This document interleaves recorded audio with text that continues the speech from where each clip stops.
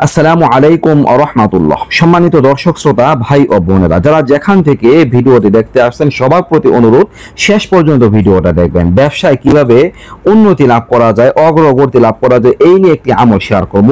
একটা আমল কাজ করে আপনারা ব্যবসায়িক পণ্যের মধ্যে কাগজ রাখবেন, তাহলে ইনশাআল্লাহ সফলতা লাভ করতে পারবেন। ব্যবসা করতে কোনো লস হবে না, দিন দিন আপনি উন্নতির শিখরে পৌঁছতে থাকবেন। দর্শক, এই যে একটা আয়াত দেখতে পাচ্ছেন, এটা 11 নম্বর পারাতে আছে, সূরা তওবার 111 নম্বর আয়াত। প্রথমে আপনাদের পড়ে শোনাচ্ছি।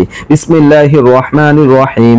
ইন্নাল্লাহা আশতারা মিনাল মুমিনিনা আনফুসাহুম ওয়া আমওয়ালাহুম বিআন্না লাহুমুল জান্নাহ ইউকাতিলুনা ফি সাবিলিল্লাহি ফায়াকতুলুনা ওয়া ইউকতালুন ওয়াদান আলাইহি হাক্কান ফিত তাওরাতি ওয়াল ইনজিলি ওয়াল কুরআন ওয়া মান আওফা বিআহদিহি মিনাল্লাহি ফাস্তাবশিরু বিবাইইকুমুল্লাযী বায়াতুম বিহি ওয়া যালিকা হুয়াল ফাওজুল আযীম।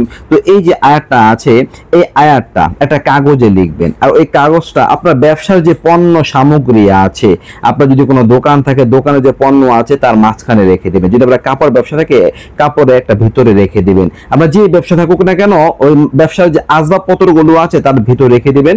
ইনশাআল্লাহ আপনারা ব্যবসায় সফলতা লাভ করতে পারবেন এই আয়াতের বরকতে, বদৌলতে। খুবই কার্যকরী একটি আমল। তো আল্লাহ তাআলা আমাদের সবাইকে এই আমলটি করার দ্বারা উপকৃত হওয়া তৌফিক দান করুন, আমিন। নিত্য নতুন আরো ভিডিও সবাই পাশে থাকবেন। এই পর্যন্তই। আসসালামু আলাইকুম ওয়া রাহমাতুল্লাহ।